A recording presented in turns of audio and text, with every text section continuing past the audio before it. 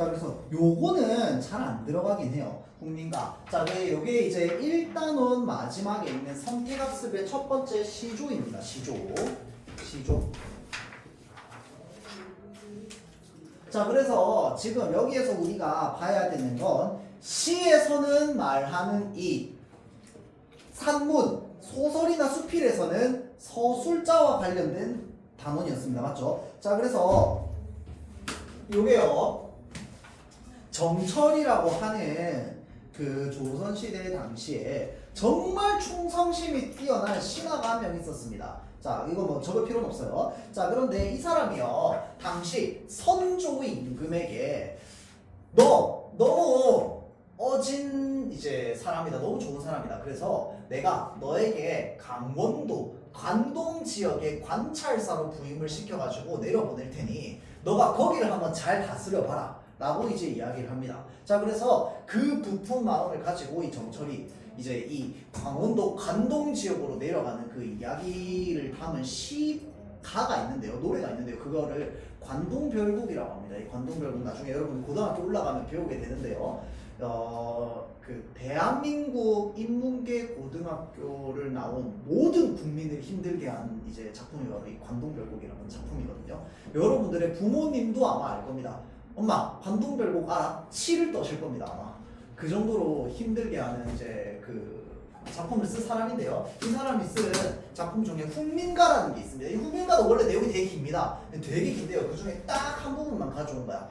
훈민가라고 해서 우리 훈민정음 할 때 훈민이 바로 뭡니까? 백성을 가르치는 이라는 뜻입니다. 자, 그래서 노래를 만든 거야. 이 정철이 강원도 관동 지역에 갔더니 너무 저기 한양이랑 멀리 있는 시골이잖아, 그쵸? 자, 그러니까 여기 있는 이 백성들을 가르치는 어떤 노래를 하나 만들어야 되는 거야. 그래가지고 올바른 삶을 살게끔 하게 하는 거야. 자, 그래서 그때 당시에 가지고 있던, 안 적어도 돼요, 윤리적 의식을요 고취시키는 고향, 이제 높게 만드는 이제 어떤 의도를 가진 노래를 만들어 가지고 그것을 전달했는데요. 여기서 말하는 이 윤리적 의식이라고 하는 건 그때 당시의 시대가 어떤 시대였느냐, 유교 사회였습니다. 그래서 이 유교적 도리를 말하는 겁니다. 이 윤리적 의식이라고 하는 게. 자, 그래서 되게 다양한 유교적 도리를 막 다뤄요. 그래서 뭐 예를 들어서 옳은 일 하자,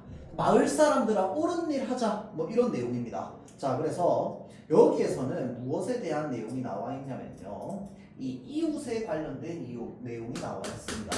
이웃들 사이에서는 이런 일들을 해야 한다 라고 하면서 이제 얘기했던 게, 오늘도 다 샜다, 호미 메고 가자스라 라고 했어요. 자, 다 세웠다 라고 하는 건 이제 날이 밝았다, 해가 떴다, 뭐 이런 뜻입니다. 자, 오늘도 해 떴으니 백성들은 무엇을 하러 가야 됩니까? 농사를 지으러 가야 합니다. 맞죠? 자, 그래서 호미 메고 가자꾸나. 자, 그런데 농사는요, 농사 중에서 우리나라의 주 농사는 논농사, 그러니까 벼농사입니다. 맞죠? 이 벼농사는 논을 만들어서 이제 짓는 농사야. 밭이랑 다릅니다. 자, 그래서 논농사는요 혼자서 못합니다. 왜? 이 물도 끌어와야 되고, 그 다음에 이 우리 모내기도 막 엄청 넓은 논을 하나하나 정성스럽게 심어야 됩니다. 모를 정성스럽게 심어가지고 얘가 잘 자랄 수 있게 벌레도 잡아야 되고 뭐도 해야 되고, 이 벼농사는 일단 기본적으로 혼자서 못합니다. 자, 그러다 보니까 내 논을 다 메거든 네 논 좀 메어주마 표시해주세요. 이거는 내 논을 다 하면 네 논 좀 해준다 라는 의미에서 이웃 간에 서로 상부상조 도우면서 해야 한다 라고 하는 이제 내용이 담겨 있습니다. 자, 그래서 요거를 뭐라고 하느냐, 상부상조. 상부상조는 서로 도움을 주고받음이라는 뜻입니다.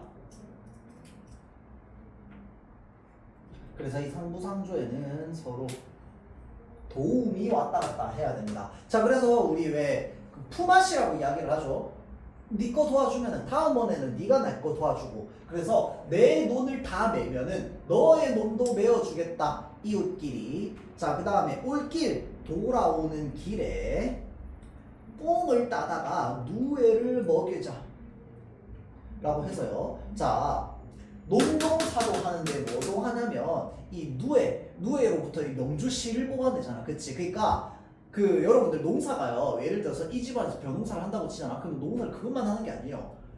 뭐 우리 쌀만 먹을 거 아니잖아. 그치? 뭐 예를 들어서 다른 뭐 이렇게 뭐 야채나 채소 뭐 고추 농사 밭농사도 해야 돼. 배추 농사도 해야 돼. 왜? 배추 농사 다 해가지고 그거 가지고 김치도 담아야 되잖아. 맞죠? 그러니까 이 농사가 그냥 1년 동안 하나의 농사만 하는 게 아닙니다. 자, 그리고 이 누에 먹여가지고 실도 뽑아야 돼요. 그래야지 명주실 뽑아가지고 옷도 만들지. 맞죠? 그러니까 그거를 다 해야 되니까 성실 근면해야 됩니다. 논 매는 게 끝이 아닙니다. 뽕 따가지고 누에 먹여서 뽕잎 따가지고 누에 먹여서 실도 뽑아야 되고. 자, 그래서 뭐뭐 하자 라고 지금 이제 이야기를 하는 거죠. 그러니까 성실하게 근면하게 논 다 매고 그 다음에 누에도 먹여가지고 실도 뽑고 하자 라고 하는 그런 이제 내용이 담겨있는 게 바로 훈민가입니다. 자, 그러면 요 말하는 이는 일단 기본적으로 백성입니까? 아닙니다. 맞죠? 본인 이 백성을 다스리는 입장에서 백성에 대해 이게 옳은 일이야 이렇게 하자라고 이야기를 하는 겁니다. 자, 그래서 이 말하는 이 백성에게 가르치는 겁니다. 맞죠? 자, 그래서 방향이 말하는 이가 백성을 다스리고 다스림이 아니라 다스림 그 다음에 가르침. 쌤이 이게 원래 글씨 뭐 여러분들 멘토 시간 하니까 뭐 알긴 하겠지만 원래 뭐 글씨가 좀 안 좋기도 하지만 이게 세워져 있는 걸 쓰다 보면 글씨가 더 안 좋아지긴 해요. 글씨가 좀 안 좋아서 이해를 부탁드리고요. 그래도 당신보다는 글씨가 좋지 않을까요?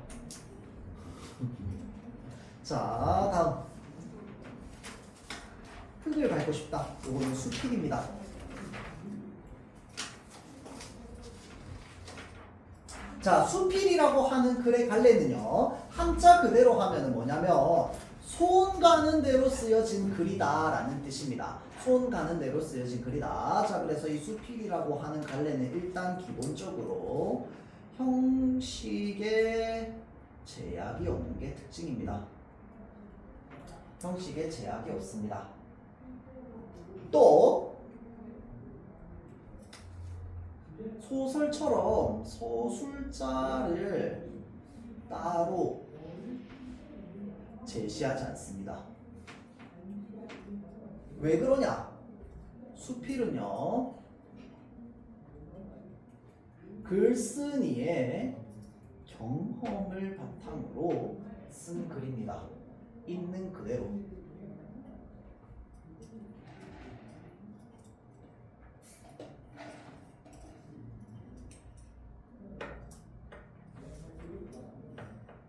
자, 그래서 이 수필에 나오는 나라고 하는 소설자는 바로 뭐냐? 작가 자신입니다. 맞죠? 자, 그래서 볼게요. 흙을 밟고 싶다.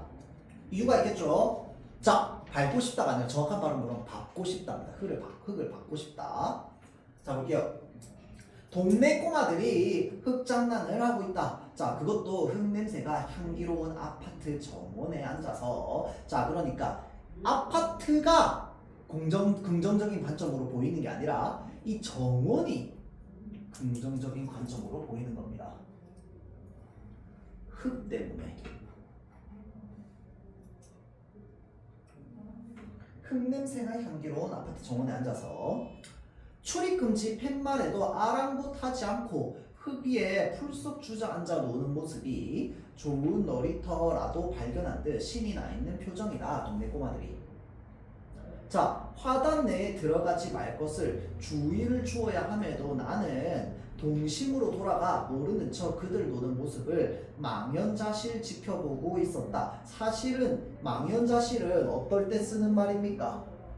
좀 무언가를 이제 잃었을 때, 그러니까 정신을 잃었을 때 쓰는 말입니다. 그래서 원래는 보통 망연자실하면 부정적으로 이제 쓰는 말입니다. 맞죠? 그런데 여기서 망연자실 보고 있다라고 하는 건 부정적인 의미로 쓰인 게 아니죠. 되게 긍정적인 의미로 쓰인 겁니다. 그 아이들이 그냥 정신 놓고 멍하니 보고 있었다라는 거야. 왜?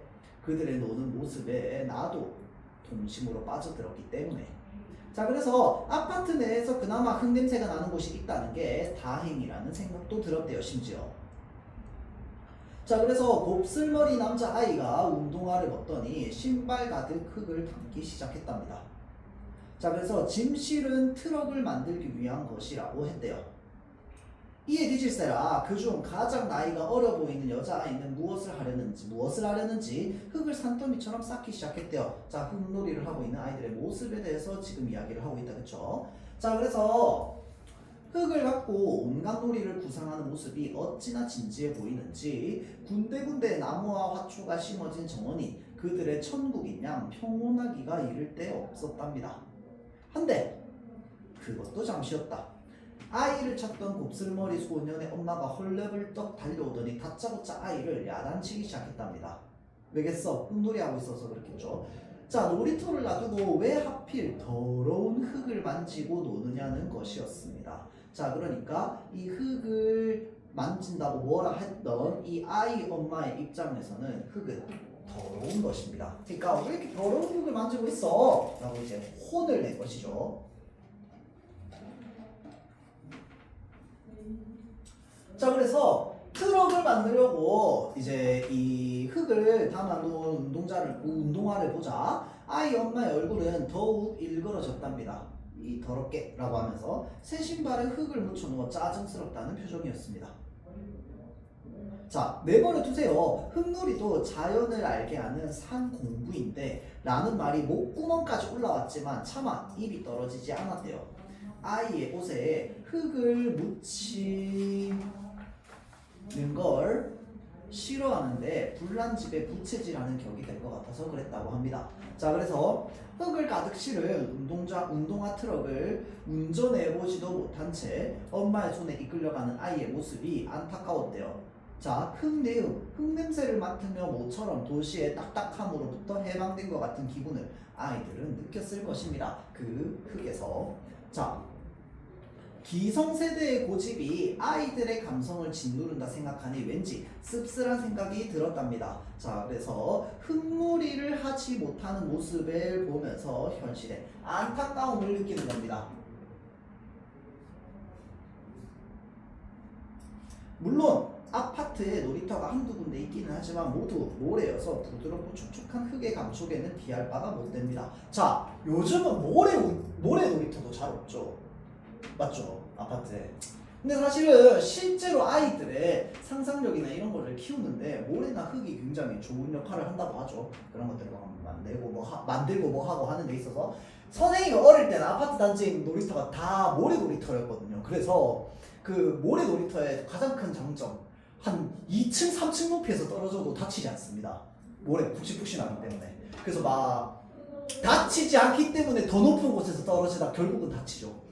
결국은 다쳐가지고 병원에 실려가고 하기는 하는데 이 모래 놀이터의 장점이 있죠. 진짜 아무리 뛰고 넘어져도 다치지 않습니다. 그게 가장 큰 장점인데 단점은 뭐냐? 이 모래 놀이터에 뭐 이제 애들이 그냥 뭐 침도 흘리고 뭐 눈물도 흘리고 콧물도 흘리고 온갖 걸 다 흘릴 거 아니야. 거기에 막 쉬로 싸는 애들도 있을 거고 그러다 보니까 그 이제 전염병을 옮기는 이제 큰 단점이 있죠. 그래서 그 가끔씩 눈병이 유행할 때 놀이터에서 놀고 오면은 온 동네 애들이 눈병을 다 옮았었어요.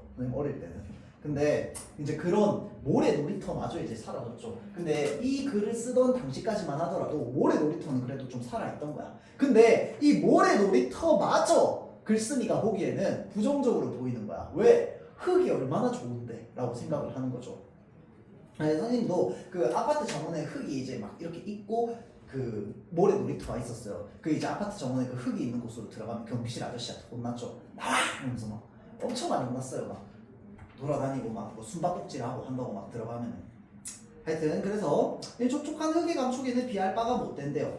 온통 시멘트 바닥에다 빼곡빼곡 붙어있는 빌딩 숲에서 어찌 생명의 경이로움을 가슴으로 느낄 수 있으랴라고 해서 지금은 그거조차 느끼지 못한다. 그쵸? 놀이터나 이런데 뭐 그런 것들이 잘 없으니까. 자, 그래서 신기한 장난감도 오래 가지고 놀면 흥미를 잃기 마련인데 온갖 놀이기구가 풍성해도 풀 한 폭이 자라지 않는 아파트 놀이터의 실증을 느꼈을지도 모른다라고 해서 이제 풀한폭이 자라지 있지 않은 아파트 놀이터는 아이들에게 실증을 유발하는 장소입니다. 자, 그러면서 글쓴이가 자신의 어렸을 적을 떠올립니다. 흙놀이를 즐겼었대요. 이 글쓴이가요, 아마 선생님의 부모님 정도 되는 나이실 겁니다. 이 문정희 시인이. 원래는 시인입니다. 이분은 시를 쓰시는 분이거든요. 근데 이제 이 자신의 어떤 그 과거의 경험을 담은 글을 썼죠. 자, 그래서 어릴 적 흙놀이를 즐겼었대요. 학교 이동이 잦았던 아버지께서 외지로 발령이 나자 어머니는 나를 사랑채에 사시는 증조 할머니와 기거토록 하였습니다. 기거하다는 자, 살다 이 뜻입니다. 그곳에 머물러서 사는 게 기거하는 겁니다. 자, 그래서 기거토록 하였대요. 비행기나 차를 타는 일에 정도 이상으로 공포증을 가지고 있었던 나는 아버지 부임제로 함께 떠난다는 것은 생각도 할 수 없었대요. 어린 시절에. 자, 그래서 지나가는 오토바이만 보아도 무슨 괴물 보듯이 무서워서 도망치곤 했을 만큼 문명의 이기라고 하는 건 조금 어려운 말인데, 이제 이자가 뭐냐면 그 이제 이익이 된다 이 뜻입니다. 이익이 된다. 자, 기는 뭐냐면 기술을 뜻합니다. 그래서 문명의 이기라고 하면은 우리의 어떤 문명으로부터 삶을 조금 더 편리하게 만들어주는 기구 또는 기술을 이제 이기라고 합니다. 자, 그래서 이기에 적응을 못했기에 할머니와 지내는 것을 편케 생각하는지도 모른다. 어렸을 때. 그런데 교육열이 대단하셨던 증조 할머니도 어머니 못지않게 자상한 성품이셔서 부모님께도 안심이 되시는 것 같았대요. 자, 신기한 놀이시설도 특별한 장난감도 없었지만 나는 할머니와 지내는 것이 신이 났대요. 촉촉한 흙 냄새가 나는 마당에 앉아서 손으로 흙을 주물면서 놀아도 야단치는 일이 없었기 때문이다. 자, 그래서 흙이 질펀한 마당은 언제나 내 놀이터였답니다. 길에서 민들레를 뽑아다가 흙을 일구어 심기도 하고요. 신발에 흙을 담아 할머니 채마방 고랑에 뿌리기도 하였습니다. 신발에 흙을 담는다니 집에 가서 바로 등짝 스매시 맞을 일인데 요즘 맞죠? 자, 그래서 주위가 어둑해질 때까지 흙장난에 지칠 줄 모르는 나를 보고도 증조 할머니는 웬일인지 화를 내지 않으셨대요. 흙강아지가 되도록 실컷 놀라고 하실 뿐이었답니다. 자, 그래서 생명을 키워내는 흙의 신비로움과 풍요를 온몸으로 느끼게 해주고 싶어서일까? 라고 하는 게 지금 글쓴이가 할머니의 관점에서 바라본 겁니다.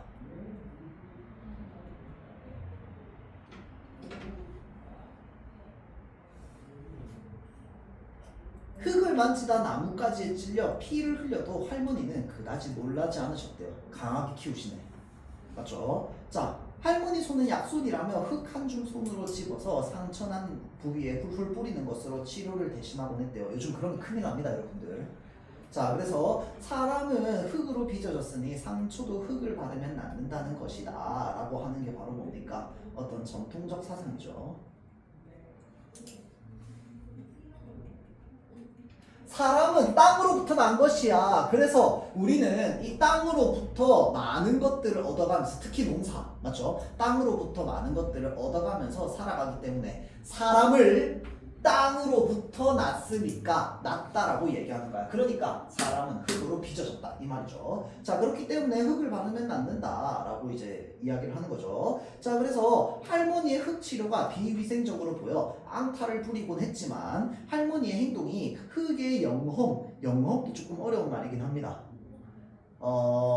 한자로 그러니까 이제 사전적인 의미로는 사람의 기원이라고 하는 건 이제 바람이죠. 바람대로 되는 어떤 신기한 징험이라고 하면은 좀 뭐라고 해야 될까? 좀 약하게 얘기하면 경험 같은 것들인데 이제 영험하다라고 하면 이제 뭔가 이제 신비로운 어떤 그런 힘이 있는 그런 뜻이죠. 자, 그래서 흙에 어떤 신비로운 힘을 확신하고 계시는 것 같아 거부할 수도 없었대요. 자, 그래서 집안에 평안을 기원하는 평안은 이제 이 평화로운 거지죠. 자, 그래서 집안의 평화를 기원하는 제는 이제 제사할 때 제자입니다.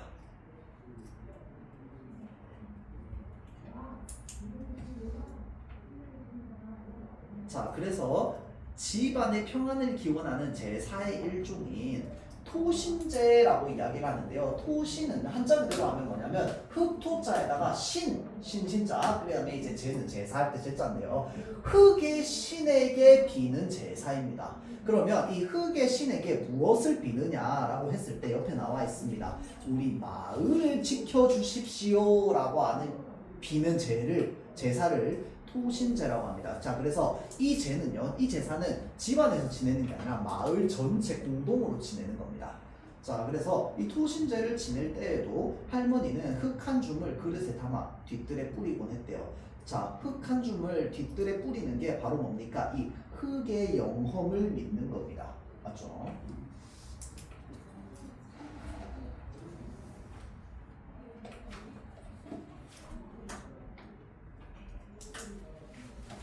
자, 넘기기 전에 자, 글쓴이와 증조 할머니는 어떻게 봤기 때문에 흙을 생명의 근원으로 여겼다.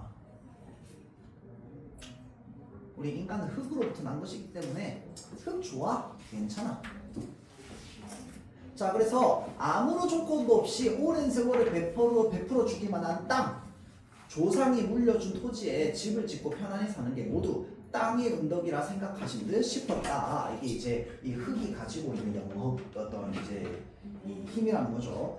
우리에게 주는 고마움. 자, 그래서 자, 발을 딛고 다니는 땅이야말로 살 속에 깃든 영혼이고 모든 생명의 고향이라고 생각을 한 것이다. 자, 흙이라고 하는 거는 살 속에 깃든 영혼이고 1번.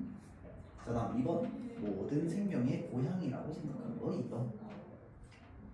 하지만 요즘 땅을 밟고 산다는 게 하나의 사치처럼 되어가는 느낌이래요. 자, 그래서 하늘과 가까운 고층 아파트에 살다 보니 흙을 가까이 할 기회가 적어진 것이다. 가끔 이러다가는 하늘의 공간에서 영영 땅으로 내려오지 못하는 건 아닐까 하는 생각이 들기도 한데요. 손바닥만한 마당이라도 있는 게 주택으로 주거지를 옮기겠다고 입버릇처럼 말하면서도 결국 아파트의 편리함에 젖어 다시 주저앉게 되니 말이다 라고 하면서 마당이 있는 주택에서 살아야지 라고 말을 하면서도 결국은 아파트에 살게 돼. 왜? 편리하기 때문에.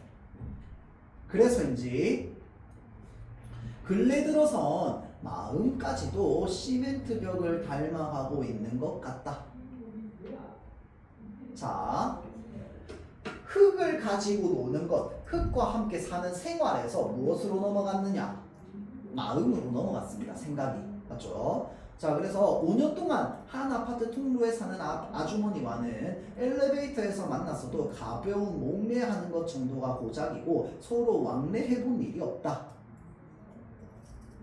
라고 하는 게 지금 무엇을 이야기를 하느냐? 이웃 간의 정을 나누지 않는 그런 삭막한 모습에 대해서 이야기를 하는 겁니다. 자, 그래서 가까운 이웃이 없다면 훈훈한 정도를 느끼지 못할 텐데 철저하게 혼자 사는 생활에 익숙해져 가고 있대요. 자, 지구의 절반 이상이 흐르는 물로 덮여 있음에도 우리는 수구라고 하지 않고요.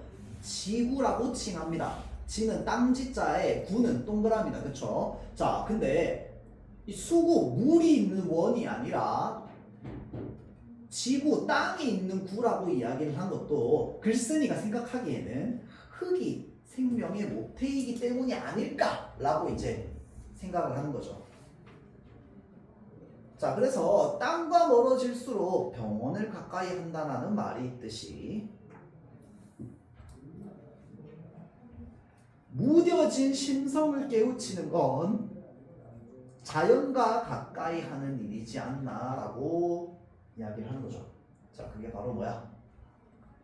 글쓴이가 하고 싶은 말입니다. 주제죠, 주제.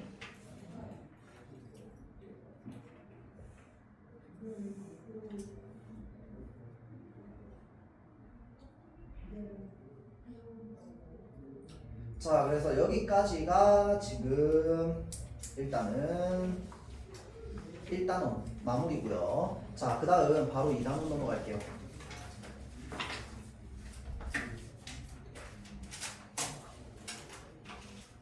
자, 필기할 때가 이 필기를 좀 해야 되는데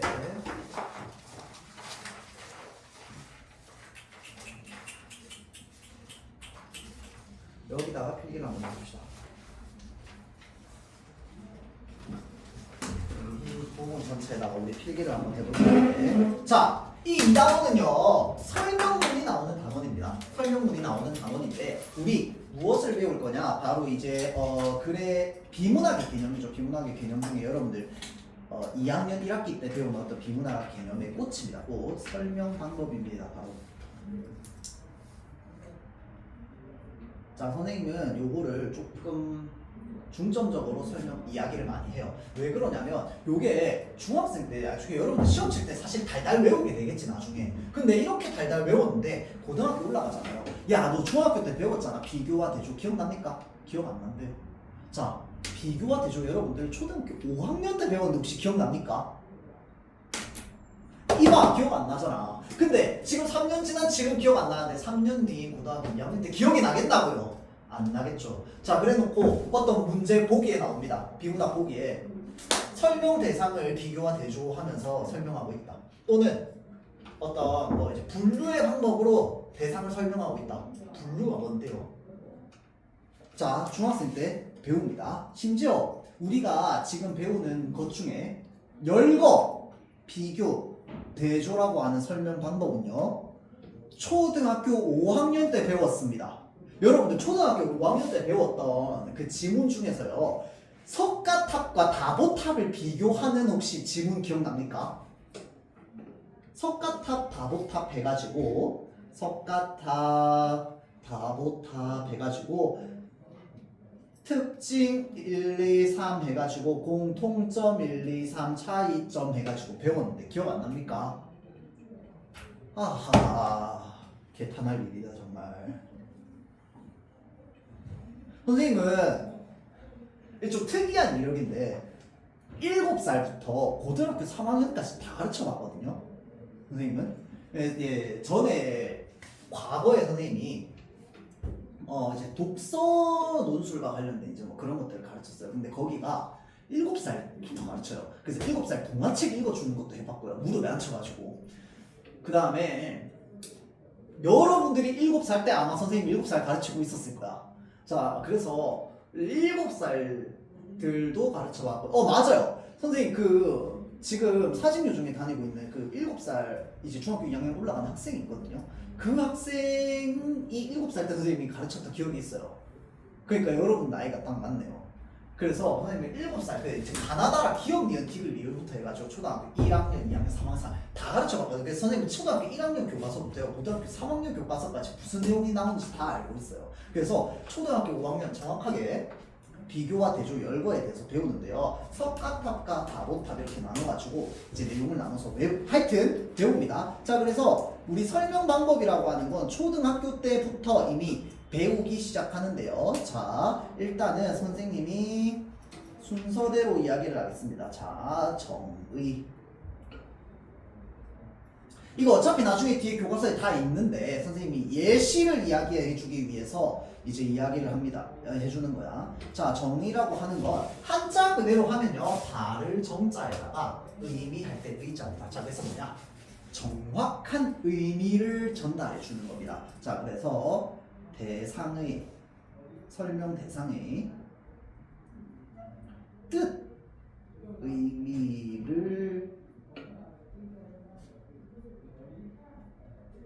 의미를 밝히는 설명 방법입니다.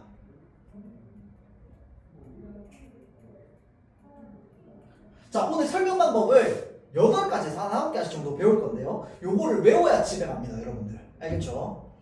쪽지 시험 칠 거예요. 정의.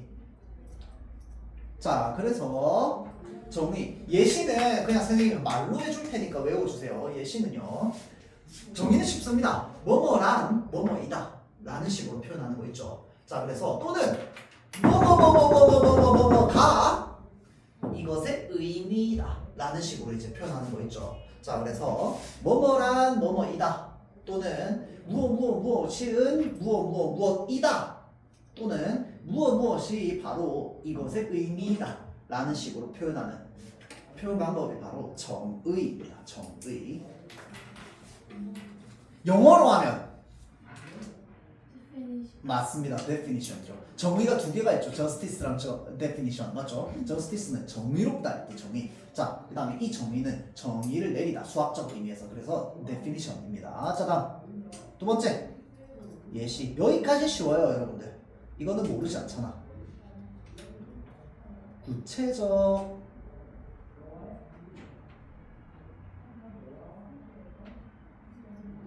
구체적 예시를 들어 설명하는 방법입니다.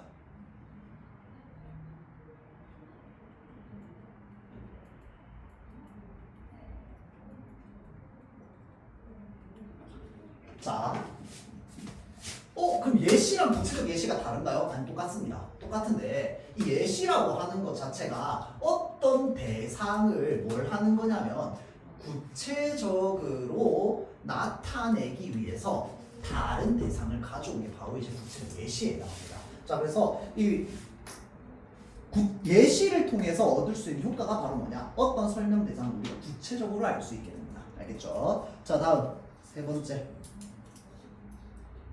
비교. 네 번째 대조.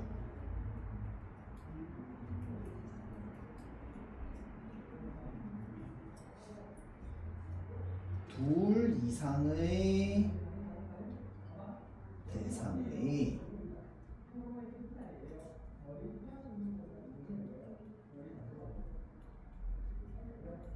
공통점에 대하여 설명하는 방법입니다. 글씨가 나쁜 거는 이해를 좀 해주세요. 자, 대조는요, 둘 이상의 대상에, 여러분들 다 적으세요. 나 따라하지 말고. 둘 이상의 대상에 차이점에 대하여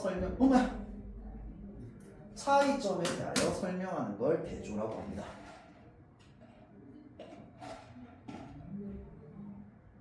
자, 그래서 이거를 묶어서 비교와 대조라고도 하고 비교 따로, 대조 따로도 이야기를 합니다. 왜 그러냐면요, 여러분들. 왜 비교와 대조를 묶어서 하냐면 우리가 보통 어떤 두 가지 또는 두 가지 이상에 대해서 이야기할 때 공통점 얘기하다 보면 자연스럽게 차이점도 얘기하게 돼. 그런데 공통점만 이야기할 수도 있고 차이점만 얘기할 수도 있잖아, 그치? 자, 그래서 공통점에 대해서만 이야기하면 비교고요, 차이점에 대해서만 얘기하면 대조에 해당합니다. 자, 그래서 예를 들어서 뭐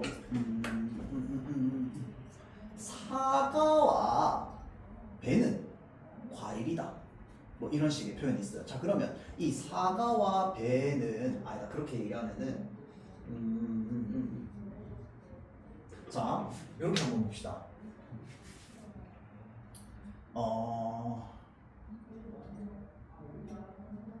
예를 들어서 철수, 영희는 안경을 썼고 갑동이와 을순이는 안경을 안 썼다 라고 하면은 지금 안경을 쓴 사람과 쓰지 않은 사람으로 나누었다, 그치? 자, 그래서 갑동이와 사람 이름 기억이 안 나.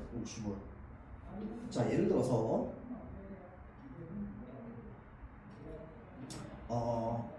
철수와 안 적어도 돼요. 영희는 뭐 예를 들어서 안경을 썼다는 공통점이 있다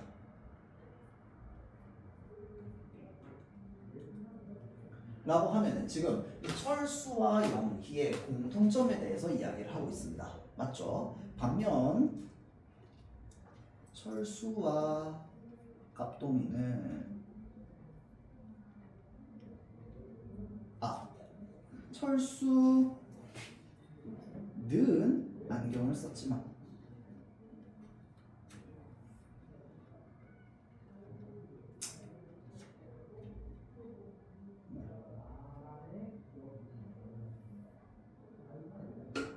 예를 들어서 각동이는 안경을 쓰지 않았다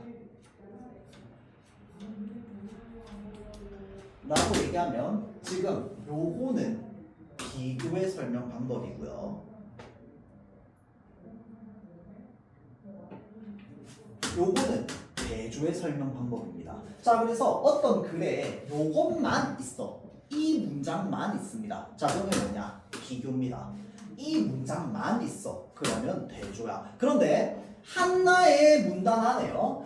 철수와 영희는 안경을 썼다는 공통점이 있지만 철수는 안경을 썼지만 각동이는 안경을 쓰지 않았다 라는 표현이 있으면 이거는 비교와 대조가 한 문단 안에 있는 겁니다. 알겠죠? 자, 그래서 비교와 대조는 하나의 문단 안에 같이 나올 수 있고요. 보통 같이 나옵니다. 자, 다음 5번 6번 정의, 예시, 그 다음에 비교, 대조, 분류.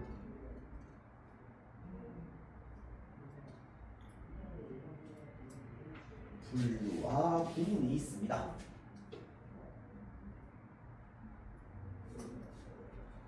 자, 분류는요.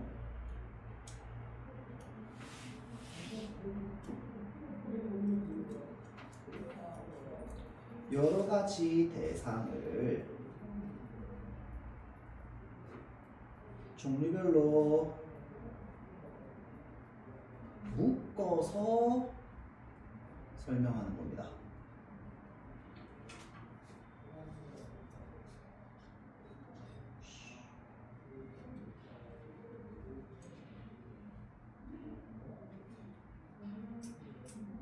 자, 반면 구분은요, 여러 가지 대상을, 하나의 대상을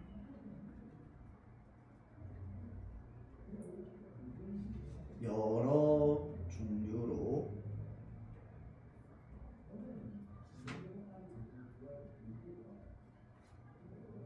나누어 설명하는 겁니다. 자, 그래서 이거를 분류와 구분이라고 합니다.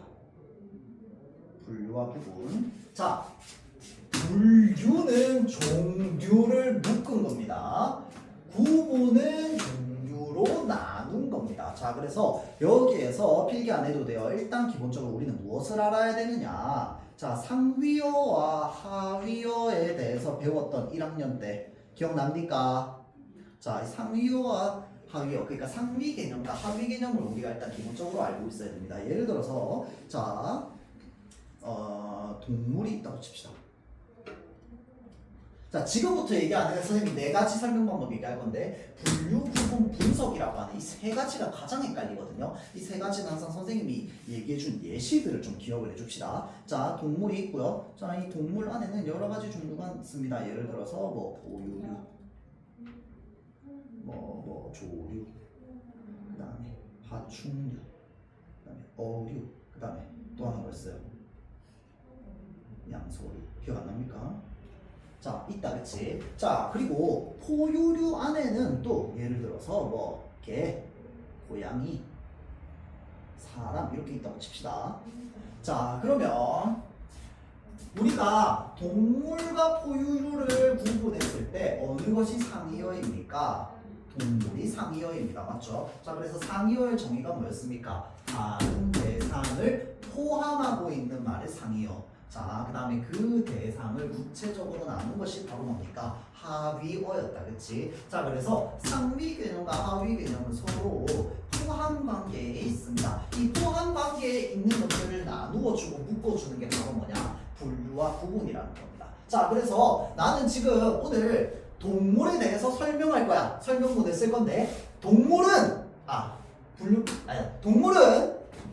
포유류, 조류, 파충류, 어류, 양서류로 나뉜다 라고 하면은 지금 적어놓은 설명 방법 중에 어디에 해당할까요?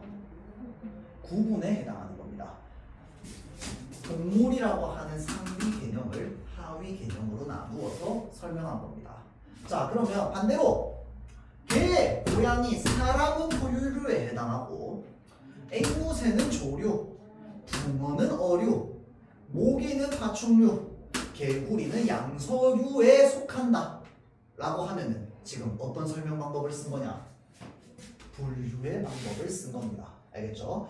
하위 대상을 상위 개념으로 묶어서 설명한 게 바로 분류입니다. 자, 그래서 우리가 보통 분류를 외울 때 이 분류는요,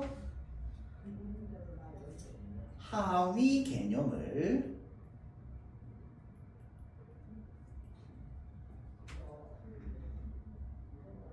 상위 개념으로 묶은 겁니다. 자, 그러면 구분은 반대입니다. 상위 개념을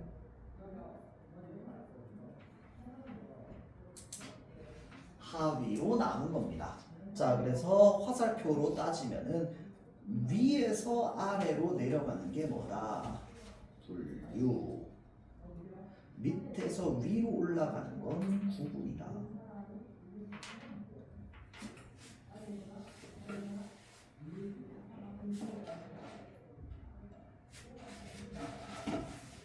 자, 다음 7번, 8번.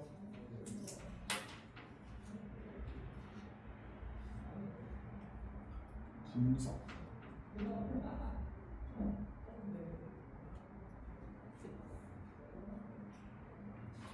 자, 대상의 구성 요소를 나누어 자세히 설명하는 방법입니다. 나누어 똑같습니다. 구분과 분석이 그래서 헷갈립니다. 자, 헷갈리는데 구분은요, 어떤 대상을 포함 관계에 있는 종류로 나눈 겁니다. 종류로 나눈 거고요. 자, 분석은요, 어떤 대상이 있을 때 그 대상의 구성 요소를 나눈 겁니다. 자, 그래서 예를 들어서 자전거가 있습니다.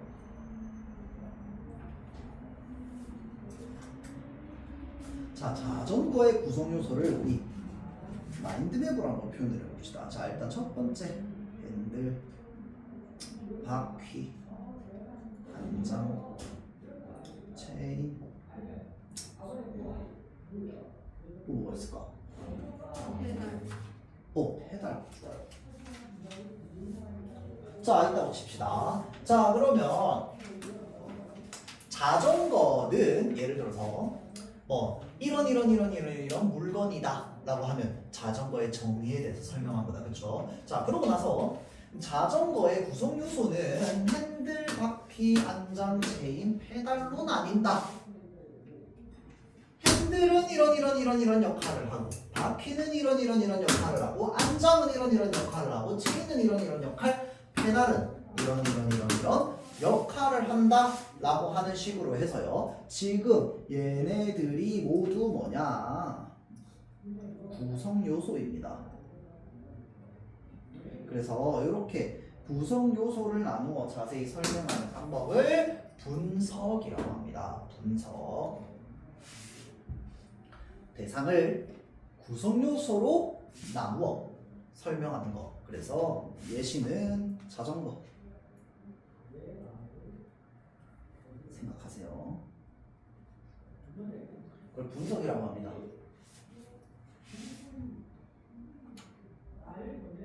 자, 다음 8번. 인과.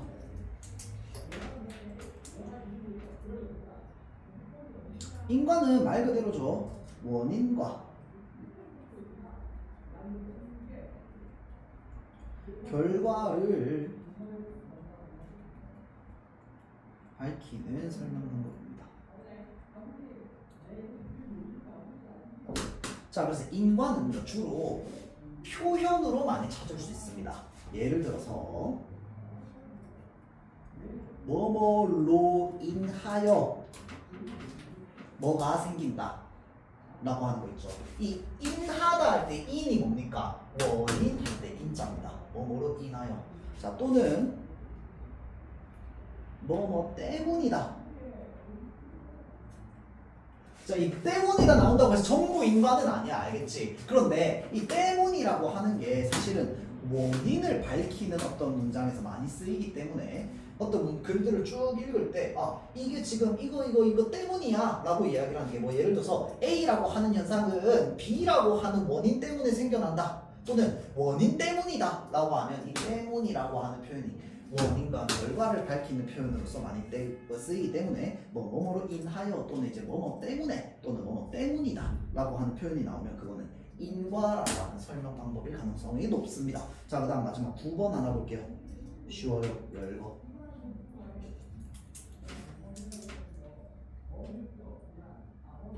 여러 가지 대상을 나열하는 방식입니다.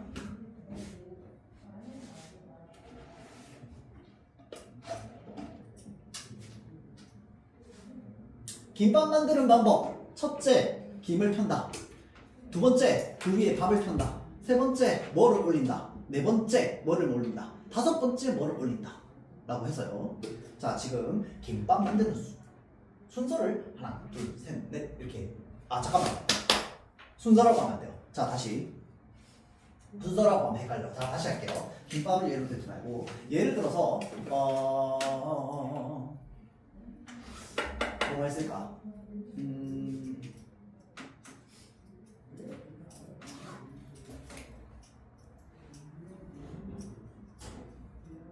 뭐 우리 집 주변에는 김밥집도 있고 햄버거집도 있고 뭐 학교도 있고 뭐 떡볶이집도 있고 뭐 이렇게 나열하는 거 있죠. 자, 이런 것들이 바로 열거에 해당합니다. 열거.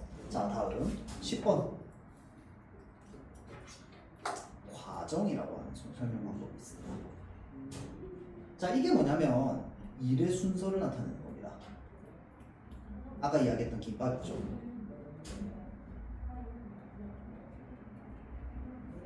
김밥 만드는 순서 첫 번째 뭘 한다. 두 번째 뭘 한다. 세 번째 뭘 한다. 그리고 그 다음에 뭘 한다. 그리고 그 다음에 뭘 한다. 그리고 그 다음에 일의 순서를 설명하는 방법을 과정이라고 합니다. 10가지 되네요. 자, 이 10가지가 학교에서 다 가르쳐 줄 수도 있고 안 가르쳐 줄 수도 있어. 자, 그런데 1번부터 8번까지는 무조건 나옵니다. 자, 그리고 9번, 10번은 선생님들 재량에 따라 달라요. 자, 그래서 그렇게 알고 있으면 됩니다. 자, 그래서 지금 잠깐 쉬었다가 다시 한번 좀 시작해 보도록 할게요.